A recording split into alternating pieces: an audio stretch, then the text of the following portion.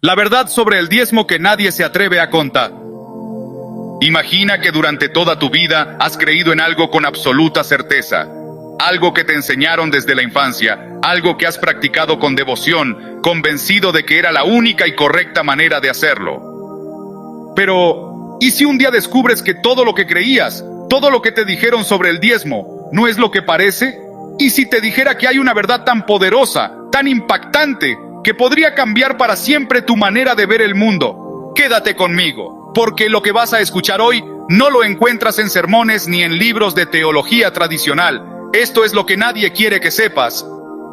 El diezmo no es solo una cuestión de fe, es un concepto con profundas raíces históricas que ha evolucionado a lo largo de los siglos y que en muchos casos se ha convertido en un instrumento de manipulación y control. Para entenderlo, primero debemos hacer un viaje en el tiempo, explorar su origen y analizar cómo pasó de ser una práctica de apoyo comunitario a convertirse en una de las herramientas más poderosas de las instituciones religiosas. Desde tiempos antiguos, las civilizaciones han utilizado la religión como un mecanismo de organización social, uniendo a las comunidades bajo un mismo sistema de creencias.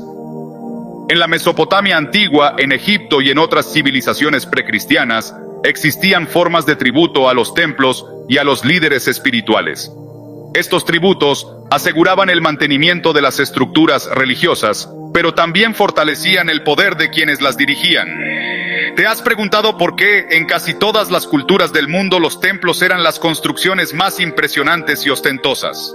Porque desde siempre, la fe ha sido utilizada como un medio para acumular recursos. Cuando llegamos al Antiguo Testamento, encontramos referencias explícitas al diezmo, como una obligación del pueblo de Israel, para sostener a los levitas, quienes se dedicaban exclusivamente al servicio del templo. Pero aquí está el detalle que pocos mencionan. El diezmo no era dinero, sino productos agrícolas y ganaderos. ¿Por qué? Porque la economía de la época era completamente diferente a la de hoy. Sin embargo, en la actualidad, se ha transformado en un mandato de carácter financiero que muchas iglesias exigen como una regla inquebrantable. Ahora bien, cuando el cristianismo se expandió en el Imperio Romano, la relación entre religión y dinero se hizo aún más evidente. Durante los primeros siglos, los cristianos primitivos compartían sus bienes y ayudaban a los más necesitados, sin una estructura jerárquica que impusiera pagos obligatorios. Pero con la consolidación de la Iglesia como institución y su alianza con los poderes políticos de la época, comenzó a establecerse un sistema en el que las contribuciones económicas se volvieron imprescindibles para mantener el aparato religioso. A lo largo de la historia, hemos visto cómo el diezmo ha sido utilizado como una herramienta de control financiero. En la Edad Media, la Iglesia Católica lo convirtió en una obligación impuesta a los campesinos, quienes tenían que entregar una décima parte de sus cosechas a la Iglesia, incluso cuando apenas tenían lo suficiente para sobrevivir. Aquellos que se negaban a contribuir eran vistos como herejes o infieles. Era un mecanismo de presión y miedo que garantizaba un flujo constante de ingresos a la institución religiosa. Pero el tiempo pasó, y aunque la economía cambió drásticamente, el diezmo continuó siendo promovido con el mismo nivel de exigencia. Hoy en día, en muchas congregaciones, se sigue enseñando que no dar el diezmo equivale a robarle a Dios. Se citan pasajes bíblicos como Malaquías 3:10, sin tomar en cuenta el contexto histórico, y sin reconocer que la manera en que se maneja el diezmo hoy en día poco tiene que ver con la práctica original. Y aquí es donde surge una gran pregunta. Si el diezmo fuera realmente un mandato divino inmutable, ¿por qué no se aplica de la misma manera en todas las iglesias? ¿Por qué hay congregaciones que lo exigen rigurosamente, mientras que otras apenas lo mencionan? La respuesta es simple, porque el diezmo, más que un principio espiritual, se ha convertido en un sistema de financiamiento que beneficia a quienes lo promueven. Pero lo más impactante es esto. Muchos de los líderes religiosos que más insisten en la importancia del diezmo viven en una prosperidad desmesurada, mientras que sus seguidores luchan por pagar sus cuentas. Iglesias con grandes lujos, aviones privados, mansiones, todo financiado con las contribuciones de personas que, en muchos casos, apenas tienen lo suficiente para vivir. ¿Acaso esto es lo que Dios quiere? ¿O es simplemente un modelo de negocio disfrazado de espiritualidad? Aquí, en este video, vamos a desentrañar todas estas cuestiones. Vamos a analizar en profundidad el verdadero origen del diezmo, cómo se ha transformado a lo largo de la historia y, sobre todo, qué impacto tiene hoy en día en las personas que lo practican. Porque una cosa es clara, la verdad siempre sale a la luz, y hoy vas a descubrir lo que nadie quiere que sepas. Para entender el diezmo, hay que remontarse siglos atrás, a épocas en las que las normas religiosas no solo eran creencias, sino sistemas de control. El diezmo no nació como un acto de fe, sino como una estructura de financiamiento de las instituciones religiosas. Y aquí es donde viene la gran pregunta: si se instituyó en tiempos donde la economía era completamente distinta a la actual, ¿por qué hoy sigue vigente de la misma manera? El diezmo tiene sus raíces en la antigua cultura hebrea, donde la economía era predominantemente agrícola. En aquellos tiempos, las personas no manejaban dinero en la forma en que lo hacemos hoy. Su riqueza estaba en sus cosechas, su ganado y los productos de la tierra. El diezmo se implementó como una forma de apoyar a los levitas, quienes no tenían tierras y dependían de la generosidad del pueblo para subsistir. Era una manera de redistribuir los bienes entre los necesitados y garantizar que el templo funcionara. Sin embargo, con el paso del tiempo, este concepto ha sido transformado y adaptado a conveniencia de ciertas instituciones. Durante la época del Segundo Templo en Jerusalén, el diezmo se volvió una práctica más sistemática, con regulaciones específicas sobre cómo debía recolectarse y quiénes eran los beneficiarios. No solo los levitas recibían el diezmo, sino que también se destinaban partes a los extranjeros, huérfanos y viudas, con un enfoque en la justicia social. Cuando el cristianismo emergió, la práctica del diezmo no formaba parte de las enseñanzas de Jesús ni de los primeros discípulos. En los primeros siglos del cristianismo, las contribuciones eran voluntarias y se basaban en la generosidad individual, sin una estructura fija de tributos. Pero con la institucionalización de la Iglesia y su fusión con el poder político, el diezmo se reintrodujo como una obligación sistemática para los fieles. En la Edad Media, la Iglesia Católica consolidó el diezmo como un impuesto obligatorio, convirtiéndose en una de sus principales fuentes de ingresos.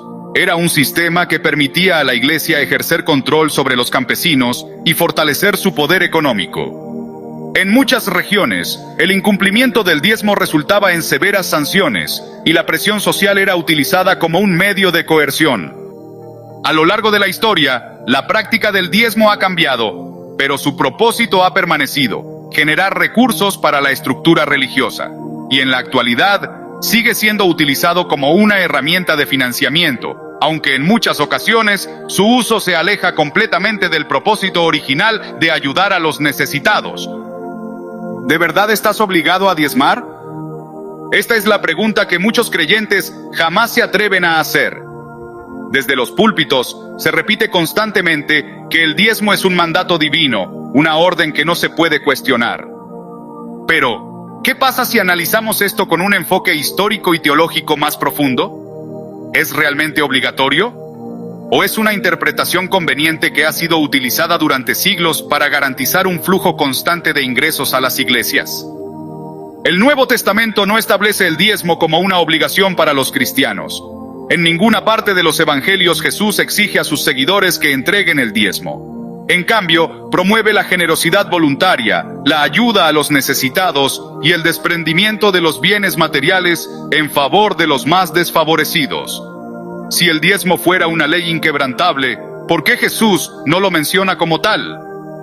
Pablo, en sus cartas a las iglesias, nunca impone el diezmo como requisito. En 2 de Corintios 9:7, escribe: cada uno debe dar según lo que haya decidido en su corazón, no de mala gana ni por obligación, porque Dios ama al que da con alegría.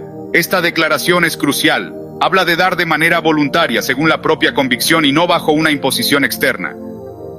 Entonces, ¿de dónde viene la idea de que el diezmo es una obligación para los cristianos?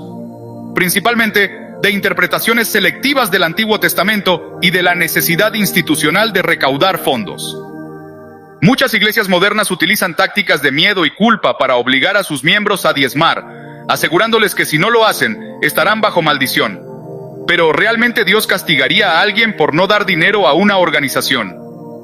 Lo que encontramos es que el diezmo ha sido transformado en un instrumento de manipulación, diseñado para mantener el poder económico de ciertas instituciones. Si fuera un principio universal e inmutable, todas las iglesias del mundo lo aplicarían de la misma manera. Sin embargo, no es así. Su aplicación varía enormemente, lo que demuestra que no es una ley divina, sino una tradición reinterpretada según la conveniencia del liderazgo religioso. En la siguiente sección, profundizaremos aún más en los efectos económicos y psicológicos del diezmo en los creyentes y cómo este sistema ha sido explotado para beneficio de unos pocos. El negocio detrás del diezmo. El diezmo, en muchos casos, ha dejado de ser un acto de fe para convertirse en un modelo de negocio altamente rentable.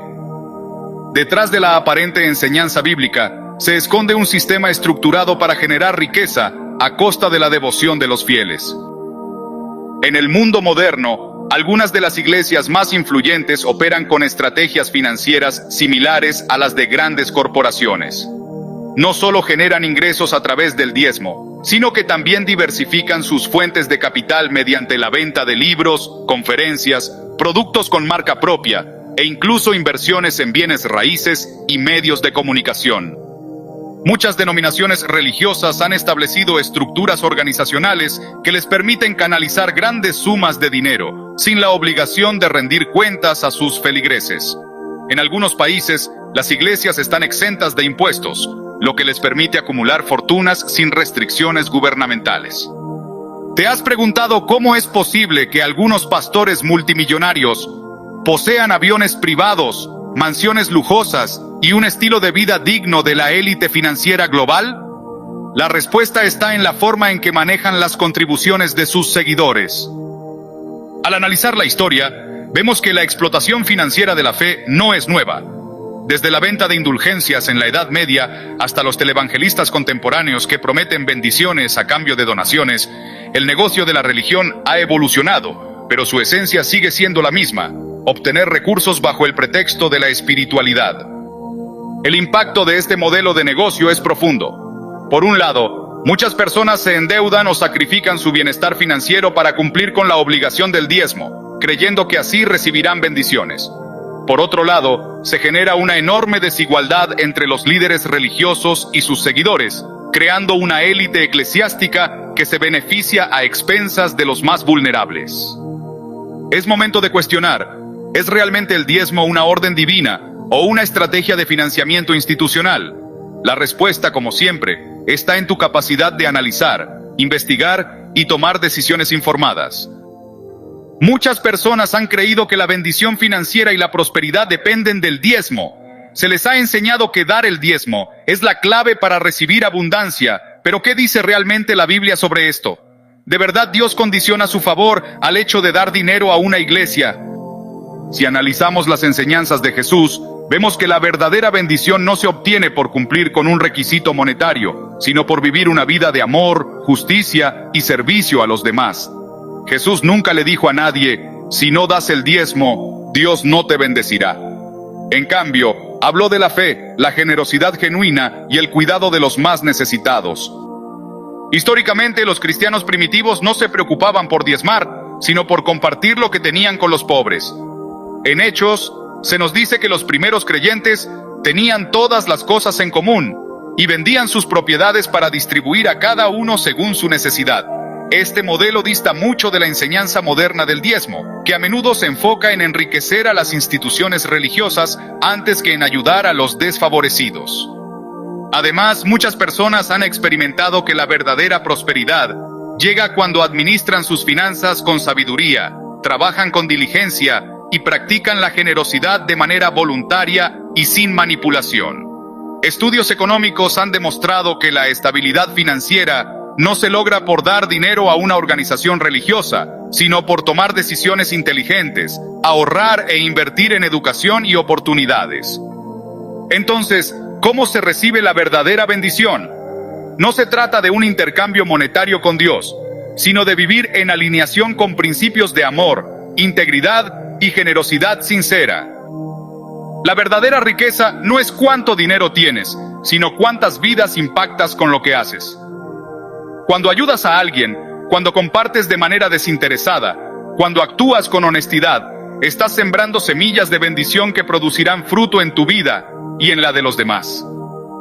La siguiente sección revelará cómo muchos líderes religiosos han aprovechado la doctrina del diezmo para crear un modelo de negocio extremadamente lucrativo. Prepárate para descubrir datos que cambiarán tu perspectiva para siempre. Ahora que conoces la verdad sobre el diezmo, la pregunta es, ¿qué harás con esta información? ¿Seguirás aceptando sin cuestionar lo que te han enseñado toda la vida o tomarás el control de tu propia fe y decisiones?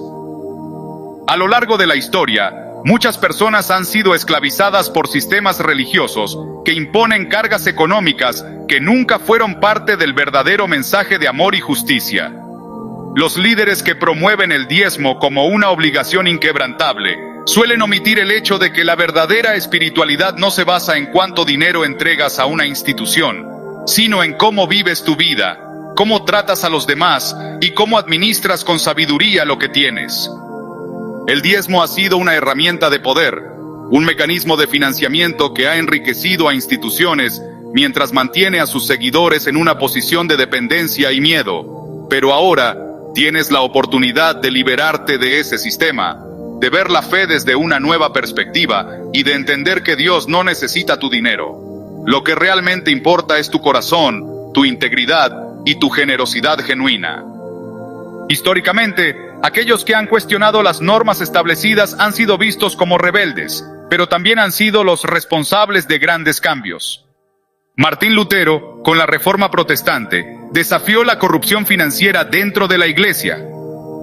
Otros movimientos cristianos han abogado por una espiritualidad libre de imposiciones económicas. Tú también tienes la posibilidad de tomar una decisión informada. Así que pregúntate, ¿estás dando tu dinero por convicción o por miedo a una maldición? ¿Crees que Dios mide tu fe en función de una cantidad fija de dinero? Reflexiona, analiza, investiga. La verdad está frente a ti, pero solo tú puedes decidir qué hacer con ella.